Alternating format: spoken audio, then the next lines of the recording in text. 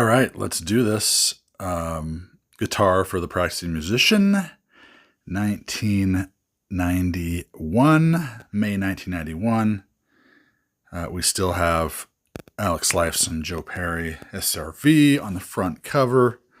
We got a George Lynch poster in the middle, which we'll check out. And some songs. Shrapnel Records, Guitar Inspiration from the New Generation of Players. Richie Kotzen's on there, 91. What? Richie Kotzen, Fever Dream. Michael E. Firkins. Oh, and there's the man himself that we all loved. Kip Winger from 91. She's only 17, Kip. That still has one of the best riffs of all time, though, I think, even though that song was a little bit pedo. I don't know. Is that the word? Carlos Santana, Diodario. Looks like he's playing a PRS, right? Yeah, even back then. 91. Letters to the Editor. Steve Morse. And Danny Gatton. And in 91, I was not even on the country guitar radar, so I probably didn't even know who this Danny Gatton character down here was. But little did I know he would change a lot of country players forever. I love all these videos that are for sale in these magazines back then that you could order. Now you can just get them all online. Alvin Lee and Leo Lyons. There's Billy Sheehan and his Ampeg stuff. Looking all legit.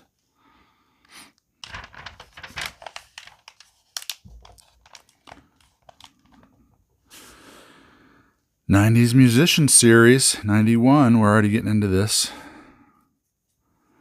I don't know who any of these guys are, but there's somebody, I guess. There's a Hamer. What's this? A Ross processor. Wow. If you don't follow the good old JHS channel,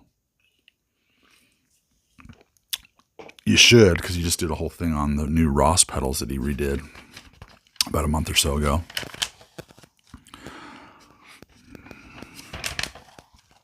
Joe Perry, which really, I was not a huge Joe Perry. Like, I loved Aerosmith, but I wasn't like putting on an Aerosmith record and learning Joe Perry licks back in the day, if you know what I mean.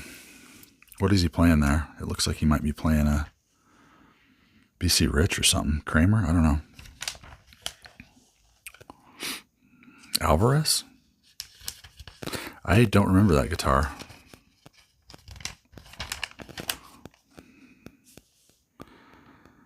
Ovation. I never owned an Ovation, you guys. Chime in if you owned an Ovation. I never owned one. I just always thought they looked kind of goofy. If you know what I mean. I mean, the tops look good, but the backs kind of looked weird.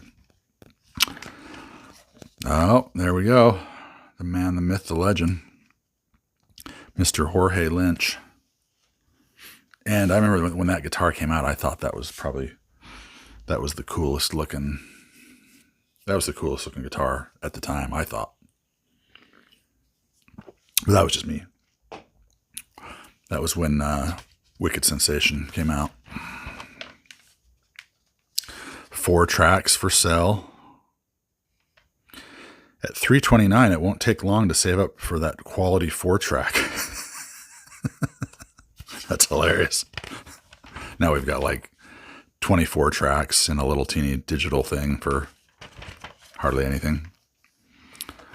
But I remember getting a 4-track, and it might have been in the 90s, which is crazy. All right, what else we got here? Max Norman. Power Plant. ART, The Sound of Perfection. I owned one ART rig, and it might have actually been in the 90s. And of course, I sold it as soon as I Found a real tube amp and some pedals. Walk This Way, tabbed. You guys need to. I should probably look at that. I played that in one of my bands, and I probably played it wrong. All right. Bass line for Free Will. This is probably why I bought this, just because it had Free Will in it. Look, I tabbed my own chords out a little bit in this up here. I must have looked at this at one point. I was mostly an ear-by-ear player, but sometimes I would go buy a magazine.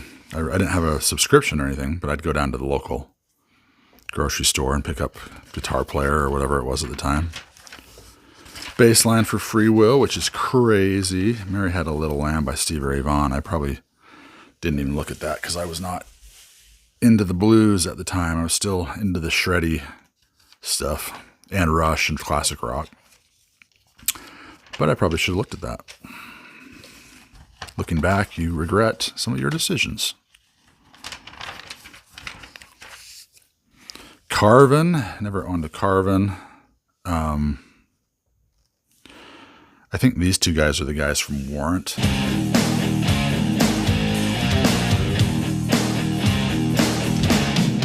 I don't know if you guys have heard about the story of the first Warrant record, but Beau Hill, the producer, hired Mike Slamer to come in and play all the guitar parts on it because these guys couldn't play them. Or they couldn't play cool parts to compete with what was on the radio, because at the time it was all Lynch, Van Halen, Rat, and so he had to compete. So these guys couldn't play that stuff, and they had to hire this guy to come in and play all the parts. But I think these guys learned all the parts and did it live, but it didn't ever quite sound as good as Mike Slamer on the record.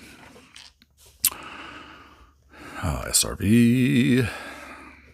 And is that his brother? Is that Jimmy Vaughn, or is that one of the guys from the... I can't remember. Yep, Jimmy Vaughn, his brother. All this instructional videos that you can order. The Fernandez Strat. Huh.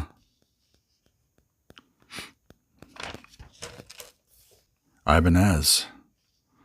This is when Ibanez started to come out with those really skinny bodied guitars. I never really, and I think Joe Satriani actually plays a body style similar to that. I just never got into that much. Mesa Boogie stuff. And me being a high school student at the time this magazine came out, there was no way I could afford anything like a Mesa Boogie. So I bought a Fender Princeton Chorus, which was like a solid state clean amp and used pedals. PV, oh my gosh, my first amp was one of these. Let's see, it was probably one of these back here, you guys. Probably that thing right there. I don't know. Yep. The good old days. It had distortion in it, and that's all I cared. I needed some distortion to make me feel good. Still do. All right. Lots of ads. This is almost worse than YouTube, the ads. What's this? It's a Kawhi Session in You, CB1. No, drum. It's a drum machine. That's cool. Alex Lifeson. Sorry, that's sideways, you guys, but that's Alex. Maybe I can flip it in post.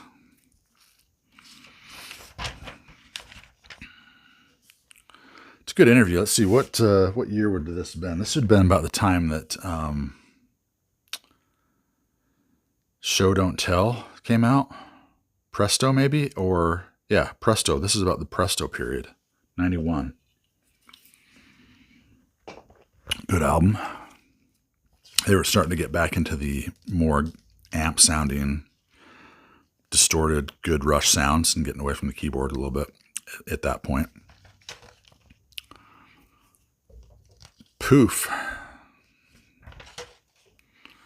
Who's Zooming? Okay, Zoom was still cruising back then, weren't they? Forgot about it. I never owned a Zoom, but I remember some guys that did.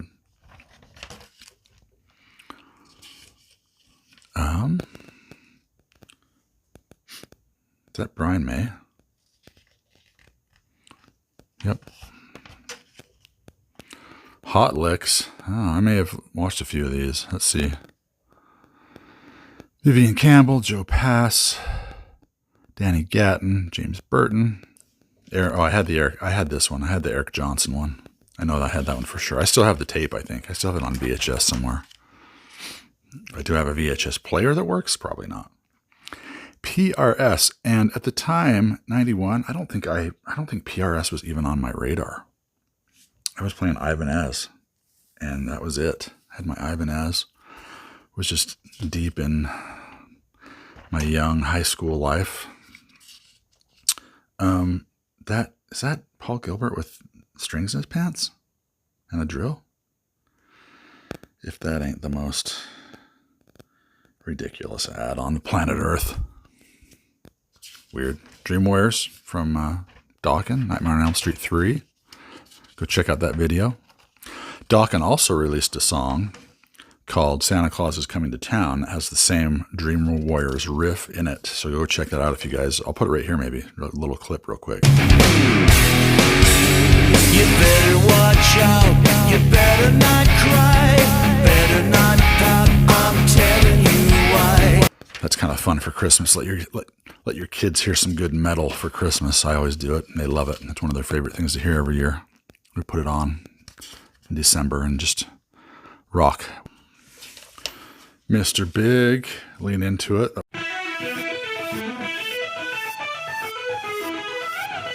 It was one of my favorite albums at the time. Probably wore that tape out. Paul Gilbert was a fave. Loved that band. Still love them. More, I think I owned this. This is a MIDI board that controls the actual processor. I think I owned that at one point. It even was purple and everything like that. Sam Ash. I remember seeing this ad all the time. Learn the art of recording. There's Mr. Lynch again in the back. Continued. And the man himself at the end, of course. Why not? Mr. Van Halen. Missed that guy big time. Good stuff, good stuff, good stuff. I don't know, where were you guys in 91? Were you alive? Are you older than me? Let me know. Thanks for watching, you guys. This was a trip down memory lane for me. Adios.